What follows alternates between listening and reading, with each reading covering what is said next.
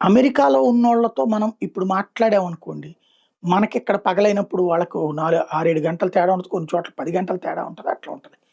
బ్రిటన్‌లో ఉన్నోళ్ళతో తేడా చూస్తే ఒక 5, 6 గంటలు తేడాను, 3:30 గంటలు దుబాయ్ ఓళ్ళతో ఇట్లాగుంటది. కాకపోతే ఇదంతా తెలిసి కూడా కావాలని వివేకానంద రెడ్డిని చంపింది గుడ్డ మీద గొడ్డలితో నేనే చంపానని చెప్పినటువంటోడు దస్తగిరి. కారణం ఏంటి అంటే, ఆ తీసుకెళ్ళినటువంటి గంగిరెడ్డి అక్కడ ఏయో డాక్యుమెంట్లు అడిగాడు. ఆ డాక్యుమెంట్లు ఎక్కడున్నాయో చెప్పకపోతే కొట్టాం, చంపబోతుంటే ఆ కాగితాలు ఎక్కడున్నాయో చెప్పాడు. ఆ కాగితాలు చూసుకొని కన్ఫర్మ్ చేశాక చంపేయమన్నాడు. అప్పుడు నేనే గొడ్డలేసానని దస్తగిరి స్వయంగా చెప్పాడు. ఆ కాగితాలేంటో ఈ రోజు వరకు బయటికి రానీయల.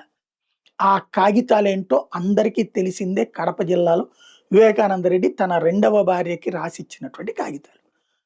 అది లాక్కుంటే ఎవడికి ప్రయోజనం? అదే కేసులో పీఠముడి. అది సిబిఐ మొదటి దర్యాప్తులో తేల్చేసింది. అసలోళ్ళని పట్టుకునే లోపు కథ మారిపోయింది.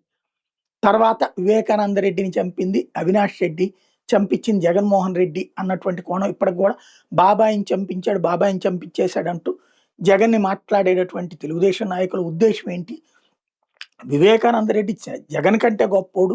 జగన్ దగ్గర నుంచి పార్టీ లాగేసుకుంటాడేమో అని భయపడిపోయి చంపించేశాడు లాంటి మాట. అది జనం నమ్మకపోయేటప్పటికి లేదు లేదు అవినాష్ రెడ్డికి టికెట్ లాగా ఇచ్చేసుకుంటాడనేసి భయపడిపోయి అవినాష్ రెడ్డి చంపేస్తే జగన్ తోడు నిలబడ్డాడన్నటువంటి. టికెట్ ఇచ్చేవాడు జగన్ అయితే అవినాష్ రెడ్డి ఎందుకు చంపాలి అన్న కామన్ సెన్స్ లేదు. బట్ అదే ప్రచారం జరిగింది.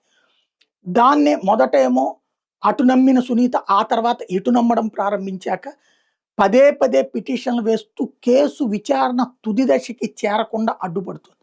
తాజాగా తెలంగాణ హైకోర్టులో మరొకసారి ఏదైతే సరిగ్గా విచారించలేదు సిబిఐ. మొదట్లో పోలీస్ అయిపోయింది. సిట్ అంది. తర్వాత సిబిఐ అయింది. అన్ని విచారణల్లో కూడా అయిపోయాక అసలు దోషులు తేలినటువంటి సందర్భంలో ఆ దోషుల్ని కాపాడతా ఇవాల్టి రోజున ఆమె తీసుకొస్తున్నటువంటిది కేసు విచారణని కోర్టులో పూర్తి కానీయకుండా చేయడం. తెలంగాణ హైకోర్టులో ఈ మేరకు వేసిన పిటిషన్‌ని సిబిఐ తోసిపుచ్చింది. ఎందుకు ఆవిడ అనవసరంగా చేస్తోంది? ఆల్రెడీ చేయాల్సిన విచారణ అంతా పూర్తి చేసాం. ఒక ఇద్దరు వివేకానంద రెడ్డి చనిపోయారన్నటువంటి టైమింగ్ గురించి ఈ అమ్మాయి చెప్పింది.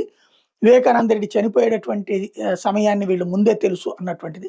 మేము అది ఫోరెన్సిక్‌లో చెక్ చేపిస్తే అది విదేశీ స్టాండర్డ్ టైమ్‌లో ఉంది. 5:30 గంటలు తేడా ఉందంటే వాళ్ళు పొద్దున పూట్ల మెసేజ్ రిప్లై ఇచ్చుకుంటే రాత్రి పూట్లని ఈమె అట్రిబ్యూట్ చేస్తోంది.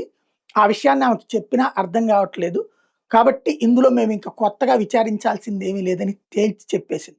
జగన్ నిరికిద్దాం, భారతిని నిరికిద్దాం అనుకున్నటువంటి సునీత ప్రయత్నం విఫలమవుతున్న వేళ ఈ వార్తలు కూడా ఈనాడు జ్యోతి రాసే తీరిక లేదు, ఓపిక లేదు. సాక్షి రాసుకుంది.